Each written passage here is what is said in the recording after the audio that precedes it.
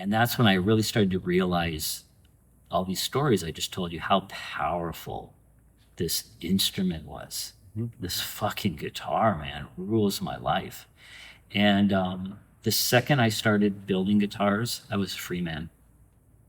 Can't explain it. I was a free man. And I think a lot of people feel that when they pursue what they love, when they get rid of the golden handcuffs and they do something else, it's magic. Welcome to Life with Strings Attached. I'm your host, Jamie Gale. In this episode, we visit a century-old church in the heart of Kansas, now transformed into the creative sanctuary of luthier Randy Parsons. Randy's story is one of risk, reinvention, and the courage to live life outside the lines. From Seattle to California and now to rural Kansas, he's always been chasing space, not just physical space, but space for imagination, for storytelling, and for freedom. We talk about creativity, faith, music, and the strange moments of luck that shape our lives. This is a story about following your calling, even when it doesn't make sense to anyone else, and finding meaning in the work that defines you. I thoroughly enjoyed my conversation with Randy Parsons, and I hope that you do as much as I did. This space that we're in, your action to come out here and set up a new life. Randy Parsons, Seattle guitar maker, Ventura, California guitar maker, and Independence, Kansas. Yeah. Can we say that? Can I tell you exactly where we are? Sure. Do we tell the world? I want people to come visit. You gained independence in Kansas? Come visit me. Come visit. Yeah. It was part of a larger plan, I think. I've always been chasing space. My shop in Seattle was very small. My one in California was bigger. But I wanted space. I wanted a big piece of property. Why? Why? Yeah. Just to be creative. You need space to be creative? It's not so much, let me take that back. It's not the size of space, it's the uniqueness of the space. Something like this gets the creative juices flowing. And not only that, I think there's a bigger idea, and that is to have an adventure and to kind of embrace life. And I mean, I've never followed the norm. I've always wanted to be a little bit free to do what I want to do. And if it's like rent a commercial building next to the Hells Angels on a beach, sounds good to me. Buy an old church in the Midwest, sounds cool to me. I mean, if it works for me, then why not? But most importantly, it was about space. I needed big space. I wanted tools. I wanted benches. I have ideas, not just, I've got ideas for this guitar. I've got an idea for these guitars, and I need space for that. And it's been that way. I was so Seattle, I was there for 10 years, and then I was in California for 10 years. So that's 20 years, and now I'm here, and I've been here for 4 years. So now we're talking 14 years. I tend to embrace the space as part of the creative journey. And so, like, for instance, this church, I've been taking it apart and building guitars out of the pieces that I find. So yeah, I mean, why not? It was also a financial decision. The West Coast was becoming very expensive. You had to rent your property, you had to rent your shop. And so it just made sense to me. It's like, well, why not own your shop and not be stressed out about that monthly payment every month, to where you're maybe taking in a custom guitar you don't want to make, but you've got to make rent, or you're letting your customers give you too much influence on what you're doing, but you have to do it because, again, you've got incredible rent check due every 4 weeks. So here I bought the church just right out, so there's no mortgage. So I'm like, okay, it's a big space, it's creative, it's funky, it's me, I own it, it's not costing me any money, I can get to work. Start building guitars again and building the guitars that I want to build. So, I mean, that's why I'm here. And the entertainment value? The entertainment value is just living in this big I mean, look at this place, you know? So this is my home. And at nighttime I walk around and I'm just like, I can't believe I live here. And then as far as the entertainment is fixing it up and remodeling and building your dream home. I mean, Yeah, that's entertaining you. The thing that I always remember from our conversations, and I'm not going to get it right, but you always remind me that you choose the most entertaining path. Is that the right way? How do you say this? I guess I do, yeah.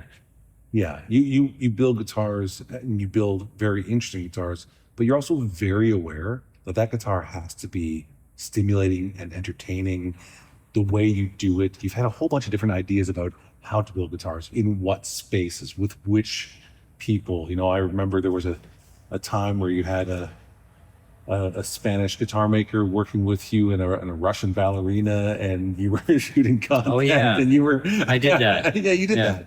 Yeah. I was actually just talking to them the other day. They missed the project. And Yes. they want to come out here, and I'm like, that's not going to happen.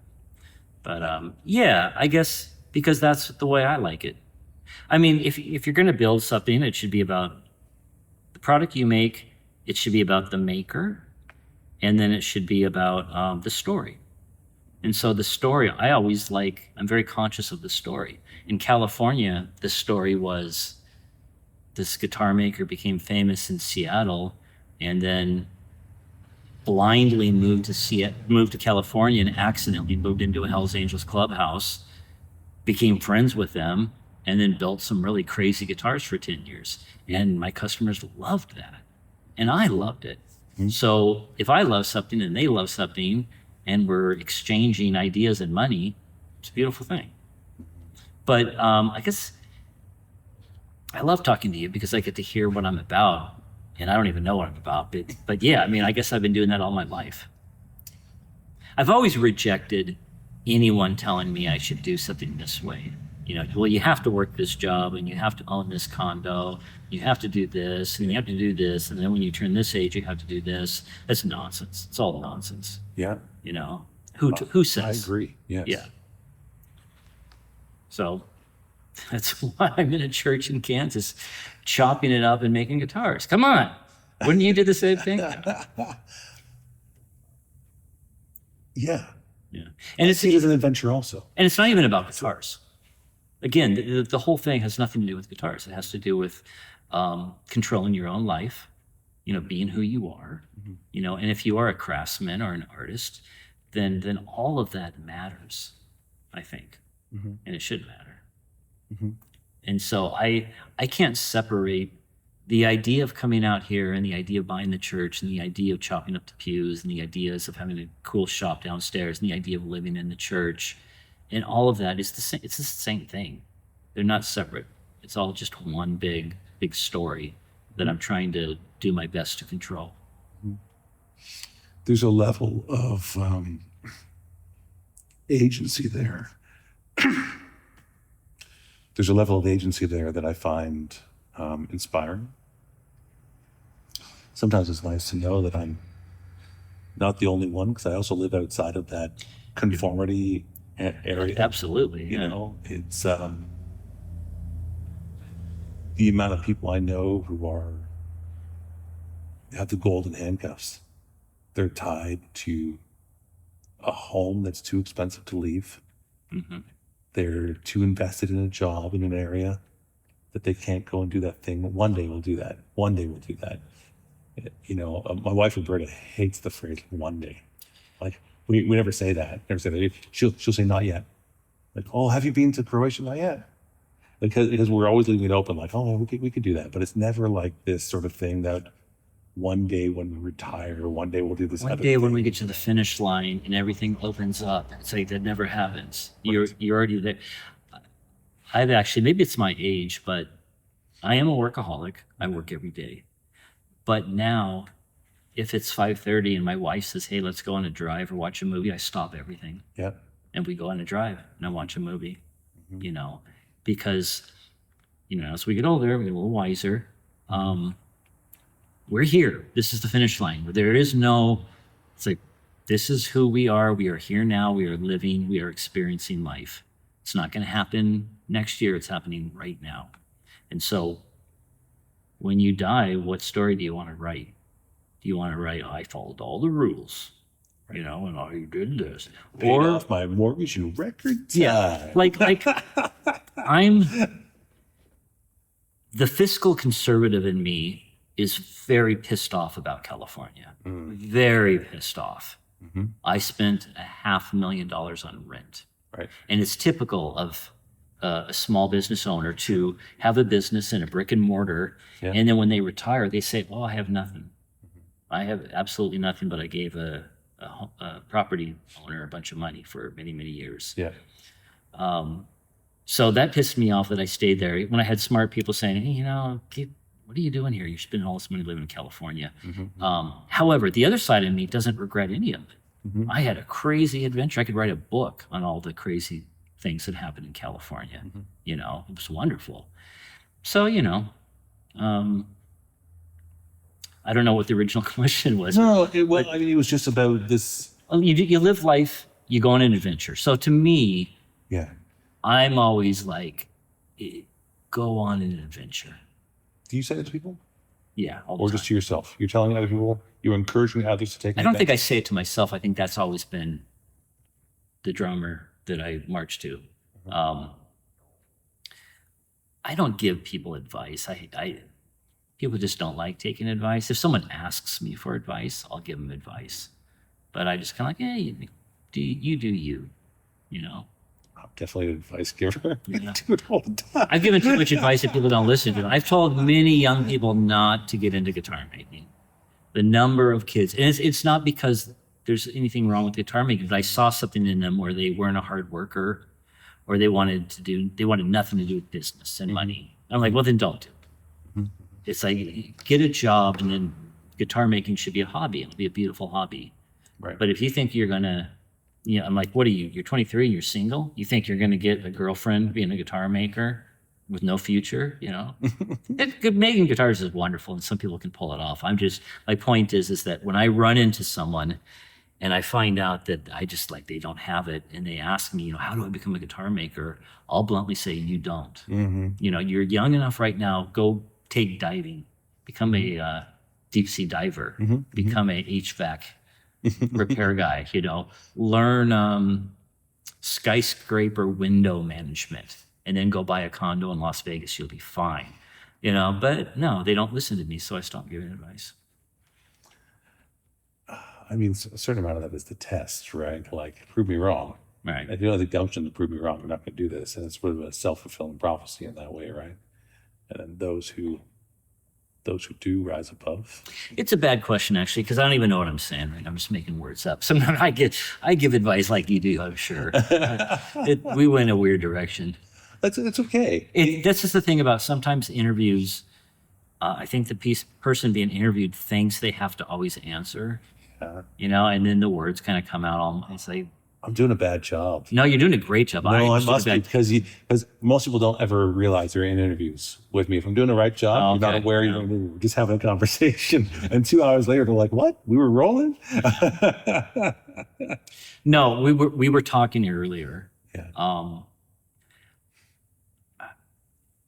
It's hard to talk about who you are sometimes and what motivates you because you don't always know. I was saying that sometimes other people like you know more about what I'm all about than I know what I'm about. I'm just doing what I feel is right, what's natural. Mm-hmm. I've always, I think my early experiences with guitars, maybe we should talk about that because I have some pretty interesting insight. Sure. Okay. You're doing a fantastic job. There's no format here. It's a conversation. No, I think but a lot of people are asked, well, what about your early, interactions with the guitar? What happened? Because everyone has a story, right? Mm-hmm. When I was 12, I saw a guitar and that was it. Mm-hmm. Cedar Creek Custom Case Shop is your premier fretted instrument custom case maker, and we invite you to create a musical instrument case unlike any other, one that's unique to you. Every Cedar Creek custom case is hand-built by highly skilled craftspeople using only select woods, Providence Forge hardware, and premium instrument-friendly materials. At Cedar Creek Custom Case Shop, we are dedicated to helping you design the case of your dreams. Find out more at cedarcreekcases.com. This space is normally reserved for brands who make stories like this possible, like the Dario and the Cedar Creek Custom Case Shop. If your company belongs in this conversation, let's talk. We partner with brands who value craft, culture, and the quiet power of a well-placed idea. Before you showed up, I was kind of going through my timeline. So I was the typical teenager that was into music, and then the parents bought them an electric guitar when they were 13 or 14. Mm-hmm. And it was so crazy. It was a Les Paul Custom, or a Les Paul Deluxe. It was one of those heavy molded cases. Mm-hmm. And I was in junior high, and I went everywhere with a guitar. I walked with a guitar to school. I didn't play the guitar in school. It was junior high. I wasn't even band, but I took my guitar to school with me. Every day I'm the guy walking with the guitar. Yeah, me too. Yeah, you too. Yeah. And I really didn't realize how powerful it was. One day I was so in junior high back in the 70s, there was always a rock. A rock is where the kids went to smoke. Okay. You know, it's usually off-site a little bit. Rock in junior high? No. It's a bad weed, I'm sure. But the rock is usually on any high school. It's like on the other side of the fence. You know, it's technically not school property, so the kids go there to smoke. Anyway, so I went there and smoked with all my buddies, and then went to class and realized I left my guitar. I left my guitar at the smoking rock. Yeah. And they protected it for me because I was the dude. I was the guitar player, and all those guys at the rock. So Parsons left his guitar. We will guard the guitar and give the guitar back to him. So then later that year, I started a band with two other kids. They were 14. The drummer was doing home burglaries. Okay. He had a horrible family life. He was being abused by his father. So I was just kind of like, okay, I guess that's what he does. The other guy, Brian, the lead singer and the second guitar player, at 14 had his own car and drove, no driver's license. His mom was a prostitute, and Brian was a coke dealer. And Brian later on died of an OD, and I think Jamie is finally in the penitentiary. These were really rough dudes, right? But music brought us together, and they refused to let me be involved. They were 14-year-old kids, right? Mm-hmm. And they had the insight. They looked at me and they said, "You will never, ever have a part of our lifestyle you will never be a criminal. You're never going to be a drug dealer. You're never going to do any of this crap. We're going to make sure that we protect you and this doesn't happen." And it's just like, wow, that's how powerful music can be when you connect with someone. That's how powerful this guitar was. It was almost like this magic sword. As long as I had this sword next to me, I was protected from the darkness. Not that, but the darkness actually would protect me as well. So these guys, as sad and horrible as the story is, they meant a lot to me. They were my best friends, and they were horrible. They were put in horrible situations as far as their life, you know. Father that beat them. The other kid didn't even have a dad. His mom was a prostitute. So I learned at that age how powerful this instrument was and how powerful popular music was to some people, even to humans. I mean, it'd be weird if an alien came by our planet and saw us like dancing to music. They'd be like, what? These people are, that frequency really gets them going. Mm-hmm. And they spend money on instruments, and they go to shows and they watch other humans dance around to this thumping thing. You know, it's bizarre, but this music is so powerful for us in this world. And so that totally embraced me. So as a teenager, I became the high school rock star, you know, and man, it was just a front row seat to life. You know, the jocks liked me, the stoners liked me, the socias liked me, and I was the lead guitar player. Everyone come to my shows and be like, "Parsons is the man." I didn't know if I was even that good. You were to them. So anyways, the story I've told many times is that after high school, I went to music college. And after music college, I wanted nothing to do with music. I wanted nothing to do with the guitar. I wanted nothing to do with music. I did not want to be poor. This was a colossal waste of time. Everyone in my life that was a musician was a loser. Mm-hmm. And so I completely That was it. I sold all my guitars. I owned no instruments during the 20s. And I got married at age 28. I went into the Army at age 23. So not only did I get rid of my guitars, but I went into the Army. I became a different person. I came out, I joined the police department. I got married.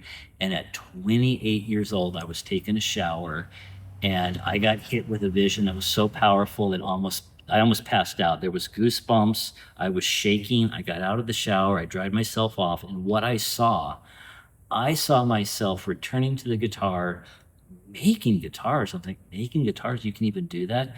And I saw Jimmy Page, and I saw all these idols of mine, these famous, A-lister rock stars. And I was their guitar maker. And this is like the craziest thing. And I told my wife, quitting my job, buying a bandsaw, and she divorced me. And then the rest was history. And I don't know what happened, if it was like I saw a vision and that's why it came true, or I was just so focused because I saw a vision that it's like somebody shows you the blueprints. You're like, oh, well, now I know how to do it. Anyway, so it's like a love story. It's a love story about the guitar where if you love something, set it free, right? And if it comes back, it was yours. If it doesn't come back, it never was. Well, it came back to me in a real big way. And that's when I really started to realize all these stories I just told you, how powerful this instrument was. This fucking guitar, man, rules my life.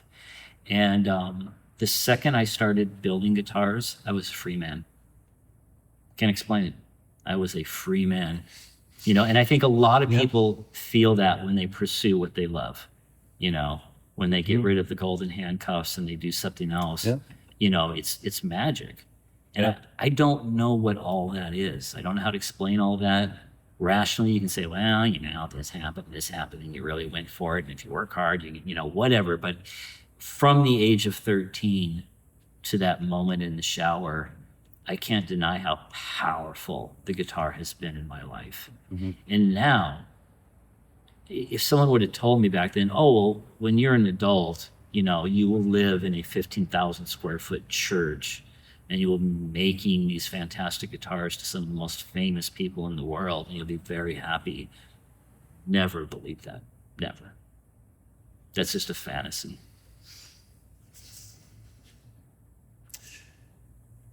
I'm afraid to say it. It's not the first time I've heard this story. I know. I've met other people who tell very similar stories, even up to the point of, I'm going to be a guitar maker, and the wife left. Like it ended the marriage almost instantaneously. And that was fine with me. Which is wild. And that person would probably also describe their relationship with the guitar as sort of a love affair, and it's that person also told me that watching you in the movie This Might Get Loud is the reason they started making guitars. No, I'm not kidding. I can't be responsible for that horror. No. But that's really interesting. And they're doing very well. Good for them. I'll tell you off camera who that is. Okay. I'll introduce you someday. Yeah. But you have the same story. That's interesting. But you both feel like you're living the life you were born to live at this stage too, so that's fascinating. Yeah. And I'm not into all that hocus pocus stuff. I think it's interesting to talk about it. What do you mean hocus pocus? A lot of people think there's too much going on behind the scenes instead of just human will. Right. But it really was weird because things started to line up in a weird, spooky way where it just I guess when you pursue your passion, the right people come into your life, and that can kind of feel like it's surreal. Very attractive. Yeah. But the biggest rock star in the world at the time, Jack White, who lived in Detroit, called me in Seattle and said, hey, I want to build these custom guitars. And just so you know, my number is 3. I'm really, and the thing is, my number at the time was 3 too. So it's just kind of, it was another one of those things where it's just like, are you kidding me? It's like, what kind of movie is this, Yeah. You're saying that in the hocus pocus, but you have a number. I mean, isn't that pretty hocus pocusy? I am kind of. Why do you have a number? I'm hocus pocusy to a point. I don't So what does it mean that you have a number? So during this, as soon as I quit my job, Yeah. see, I can explain this both ways. I started seeing the number 3. Now, we all know that when you buy a red car, the first thing you start seeing on the road is a bunch of red cars because our brain decides to focus. Now, we see thousands of numbers all day. Yes. If you like the number 3, then your mind is going to stop when you see that number. You know, you're going through stop signs, 7, 8, 9. Oh, there's a 3. Oh, that's spooky. Yeah. But this was different. This was different because my number wasn't just 3, it was 333. And when I went to the Beverly Hills Hilton to meet Jimmy Page, all these like 333s were coming at me. And then when we pulled into the lobby of the Hilton, the car in front of us, license plate was 333. And I just laughed because at this time, this was like the 100th and 10th thing that, you know, I walked into Jimmy Page's room and it was like full circle situation where I'm in a shower and I don't own a guitar and I don't even know how you even cut wood. How do you cut wood? Is that with like a knife? You know, I don't even know. I went to Home Depot and bought it by myself for $99. That was my first tool. But I was going to be Jimmy Page's guitar maker, right? Fast forward 10 years later, I'm at the Beverly Hills Hilton on my way to Jimmy Page's room. Right. So it's either a really, really small world and we're capable of some amazing feats, you know, or there is some spookiness at a distance that takes place, and that can be God, the simulation, whatever. I have no fucking idea what it is, but it's got to be something because, like you said, you hear the same stories. If it was one person, you'd be like, well, I guess it's like winning the lottery. But when it's multiple people telling the same story over and over again, you're kind of like, okay, well, there's got to be something. When I say I'm not that, but I don't then live my life by that. I live my life by hard work, making good decisions, right? And I allow a little bit of spookiness to interfere. Yeah. That's all. Just lucky moments. See, right there, lucky moments. You're debating me on the topic. No, a lucky moment is not a spooky moment. A lucky moment happens every day just by random, right? Well, But- yeah, that's the luck part of it. But if the random luckiness happens every single hour for a couple of weeks, you have to stop and say, what the hell is going on? Yeah, but when preparedness and opportunity meet, you know, the opportunity you don't necessarily have control over, but preparedness you do. Are you open to receiving that opportunity? You know, my And I first agree with you. guitar store, and I've told this story too many times, but my first guitar store was offered to me by a family who had a real problem. The problem was dad was 77 years old and a literal maniac. He suffered from mania and needed out.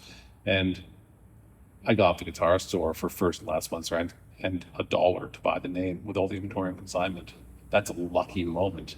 But, you know, I was the third guy to ask them. The first two turned it down. And so I was open and prepared to do something. You were open and prepared to pack up your life and move to Ventura to And I got Kansas. lucky when I You know? bought this church. That was lucky. But to go through everything I've gone through and then to give Jimmy his guitar after having a vision, Yeah. that is like, because first of all, Jimmy is like the Jordan so you've got Michael Jordan of basketball, Jimmy Page of the electric guitar, right? And if you tried to send Jimmy Page a guitar, it would actually be sent right back. Sure. First of all, he has enough guitars. Yeah, He doesn't want people, you know, Jimmy has to accept the guitar. Mm-hmm. And it was just it was a weird moment that I couldn't explain why a vision of me building a guitar for Jimmy Page when I didn't even own a guitar and know how to cut wood knocked me on my ass. And as I'm thinking about that memory, I'm literally walking into Jimmy Page's room with a guitar for him. To me, is beyond. I was really lucky to get this church because the 3 people didn't bid on it that day. Right. To me, it's Well, I don't the mean, spectrum is a little bit I off. don't mean it that way. I wasn't really trying to focus on the lucky part. I was talking about you being open to opportunity that other people wouldn't be open to. And this is where the thing is, it's like the other side of me totally 100% agrees with you. Yeah. That all this like synchronicity, serendipity, hokey pocus magic that people talk about. Oh, I can't believe, that I got, someone was watching me that day. It's like, no, you did the right thing. You Yeah. pursued something. You had focus. You woke up with the three things and you got Yeah. rid of the noise, and great things happen. And it happens to everyone. It's a wonderful life. It's a wonderful world. But I mean, we can really get into like faith. As a guitar builder and a player, you have a sense for when something's working right. That's why so many of the world's best trust D'Addario. Unmatched tone, perfect intonation, and strings made to the tightest tolerances in the industry. That reputation is no accident. It's the result of 400 years of being obsessed with quality and innovation. D'Addario. When you know, you know. This space is normally reserved for brands who make stories like this possible, like D'Addario and the Cedar Creek Custom Case Shop. If your company belongs in this conversation, let's talk. We partner with brands who value craft, culture, and the quiet power of a well-placed idea. Where it's like, is there something beyond us kind of controlling the strings? And I don't know. Well, I mean, Nobody knows. This is returning to narrative in my mind. So listen, on the two extremes, we have total chaos and we have total order where nothing changes. And we live between this tension of chaos and order. I mean, that's what the yin yang is. There's lots of examples of humans applying spiritual concepts to this sort of space between chaos and order, right? And so when we recognize the order to the way things work in the world through the patterns of solar cycles to the physics that govern our universe, when we recognize a repetition and when we say, oh, I can reliably count on this sort of, see, this happens here, it happened here, it happened here, that's proof. And it is proof. But we still need to organize it in our mind with some sort of narrative. And that's where the religious structure and context and conversation and common stories and narrative that bind us as a society are. You can be an atheist, you can be a Buddhist, you can be a Muslim living in North America, but you're still living in a society which is based around Christian fundamentals. You can't escape it. It's just what the founding fathers of the U.S., where we are right now, Sure. and Canada, and Mexico, growing up in Mexico, was also a Christian sort of establishment, and there are narratives, whether you are conscious of them, agree with them or not, that govern all of our rules and all of the social order that we work within. And so, but those are simply learned wisdoms from doing it wrong for a long time, killing each other, fighting for land back and forth. That's a different concept to introduce here, but I was recently asked a little bit about property rights and how someone can own property versus some Aboriginal sorts of thinkings. And I came to realize that I think that property rights are just peace treaties. It's just, we agree that I did what is required within the group of people around us, that I will occupy this space under these conditions. Whereas it wasn't so long ago that we literally had family feuds and people coming back and forth. And it was your land if you could take it. And you took it by force, and people killed each other for these things. And we don't do that anymore, not often. And so I think that property rights are really just a way of organizing peace through an agreed upon narrative. And that's what all of those things are. And so when you look at things and you see patterns, whether it's 3 or whether you say, hey, I'm going to build guitars for Jimmy Page, you still set yourself on a path that you were open to anything that looked like it would lead in that direction now, whereas you might not have previously been open to it. And then you make sense of the world by telling yourself some sort of story. It's not a lie. It's not self-delusion. It's organizing your reality through the observable. Is that? Well, I don't have a story as far as, because I don't know the answer. I'm not saying it's this or that. All I'm saying is that what I experienced was odd. That's all. And I also say that it's not like I'm an overachiever. I was a C- student. And again, maybe I was a C- student because I wasn't being taught properly. I wasn't being stimulated in school. And if I would have gotten a stupid job, I'd be a C- employee. But because I pursued my dreams, then I elevated myself. And so that's advice that maybe to other people. It's like, if you're not happy with what you're doing, maybe it's because it's what you're doing, so change that, take risk. So, okay, I guess we'll change. Risk is a huge thing. You know this more than anyone. Most people talk about doing something, but they don't have the guts to actually do it. Right. I have this idea for a guitar roadshow. We'll go do it. No, I got to do with the car, whatever. Yeah. And that's most people. Yeah. So I think, again, I use the term magic really loosely. Like I'll say, when you work hard, magic happens. It just means you put effort into something. When you give out, there's got to be something that comes back. You become the opportunity. So because you're one of the people who is doing it, all the other people around who aren't doing what the ideas they have in their head see you as someone who, well, maybe if I share the idea with them, they'll make it happen. That's a whole nother thing. People bring their ideas to you because you're good at realizing them. And so there's a certain amount of that feeling like, oh, this sort of came to me. It came to you because you were actually doing shit. Actually, a lot of other people aren't. Now I'm not so irritated. Okay, thanks for explaining it. Now I'm not so irritated at all these people coming to me with their ideas. Like, why are you coming to me with ideas? It's like, oh, because they make it happen. Yeah. But it's funny because those people sometimes think that our lives are better than they really are. And there's nothing wrong with my life, but God, if I could be like Parsons, man, he's got a castle and he does this and that. It's like, that's the hit on a treadmill. It's all grass is always greener. If you had that, you would quickly adjust also. I'm more at peace now with how much you can make. I used to whine a lot about, you don't make a lot of money building guitars. Oh yeah. I've been whining to a couple customers, which is never a good idea because they don't want to hear that, right? No, they don't want to hear that. We only made $500 off your guitar. What? I thought I was doing you a favor, right. But no, it's a good place to be as far as if you can concentrate on your finances and get your finances under control. And that was my problem in California, is that my finances were out of control. And so by moving here, again, another reason why I moved here was financial. Yes. I literally took a look at the books and said, oh, okay, well, I'm spending this much money a year. I can't possibly. What if I had a place that was cheap? My God, and had more space. Yeah. Can only imagine what I could do. Well, okay. So exactly as you're saying. So I currently have a nice house on a lake in a forest in Canada, a freshwater lake, a beautiful spot to be on. I'm on the lake, not near the lake, on the lake. What are you doing here? It's great.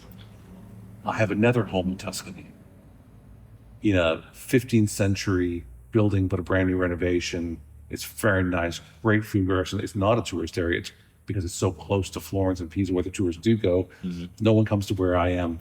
I love it. It's fantastic.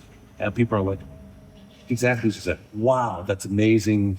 You must be raking in the dough. No, we do okay. That's my dream. Don't get me wrong, right? Yeah. That's the dream. Right. They don't realize is the two places combined, I'm paying 1/3 of what it costs me every month to live in the house in Toronto. Just like you in Ventura. Right. So I adjusted my life and said, I can actually have a much better, much more interesting life if I'm just willing to undo these golden handcuffs and say, I don't need to live in this big city. I don't work in the big city. I work all around the world. Why am I here paying the rates of someone else's because they have to go to the office every day? This doesn't make any bloody sense at all. Right. And you likewise didn't benefit from the things where you would make more money in Ventura. You were just spending the money that someone would spend to have to be close to an office. Yeah. And so there are two sides to money. It's what you make and it's what you spend. And in a very globalized world these days where many of us actually work from, could work anywhere, still many people don't have the courage to say, I'm going to go somewhere else. No, the kids are in this school. I don't want to disturb them. I went to 4 different high schools. Never mind all the other schools I went to. I often went to 2-3 schools in a year growing up. I know you moved a lot also, so you were a military kid, right? And your kids will be just fine if you move, really. And what you're teaching them is to live a life that you don't really want to be living, paying too much for it. And you're literally going to teach them growing up in that environment, teach them to actually go and find some value to be somewhere else, be where it's a good place. The exchange is a reasonable exchange. And now you've got all of this space to create at a rate where it's sustainable. And Zero. The funny thing about, and this was something that just blew my mind, is that, we paid for this place cash. So we have property tax, and the property tax is nothing here. I view our utility bills and our property tax for our home on the other side of this wall. The shop downstairs is just nothing, just sitting there. There's a zero amount of money going in the shop. So I went from a shop that cost me $5,000 a month, $20,000 a year. To nothing. And I didn't know what that would do. And what it did is it just completely freed me up to expand new ideas, try new ideas, build better than I've ever built. You said courage, and I agreed. It's not just courage, but also confidence. I think a lot of people lack the confidence that they can do something special. And I think that's wrong. If I should be a poster boy for anything, it should be for a average, slightly insecure, at times doesn't have a lot of confidence, can do anything person. If that makes sense. Makes sense to me. Randy, thank you so much for allowing us into your, it's not a cathedral, your grand. Well, thank you, Jamie. I appreciate it. It's always nice to talk to you, and I appreciate you stopping by. Yeah, I'm really inspired by what we saw today, the work you're doing. Okay. And I can't wait to see what you do next. Yeah, let's do it. Yeah. All right, buddy. You've been listening to Life with Strings Attached. If today's conversation meant something to you, consider passing it on. These stories find their place through the people who share them. A new episode comes out every Friday, right here, wherever you're listening. I'm Jamie Gale, and thanks for listening to Life with Strings Attached.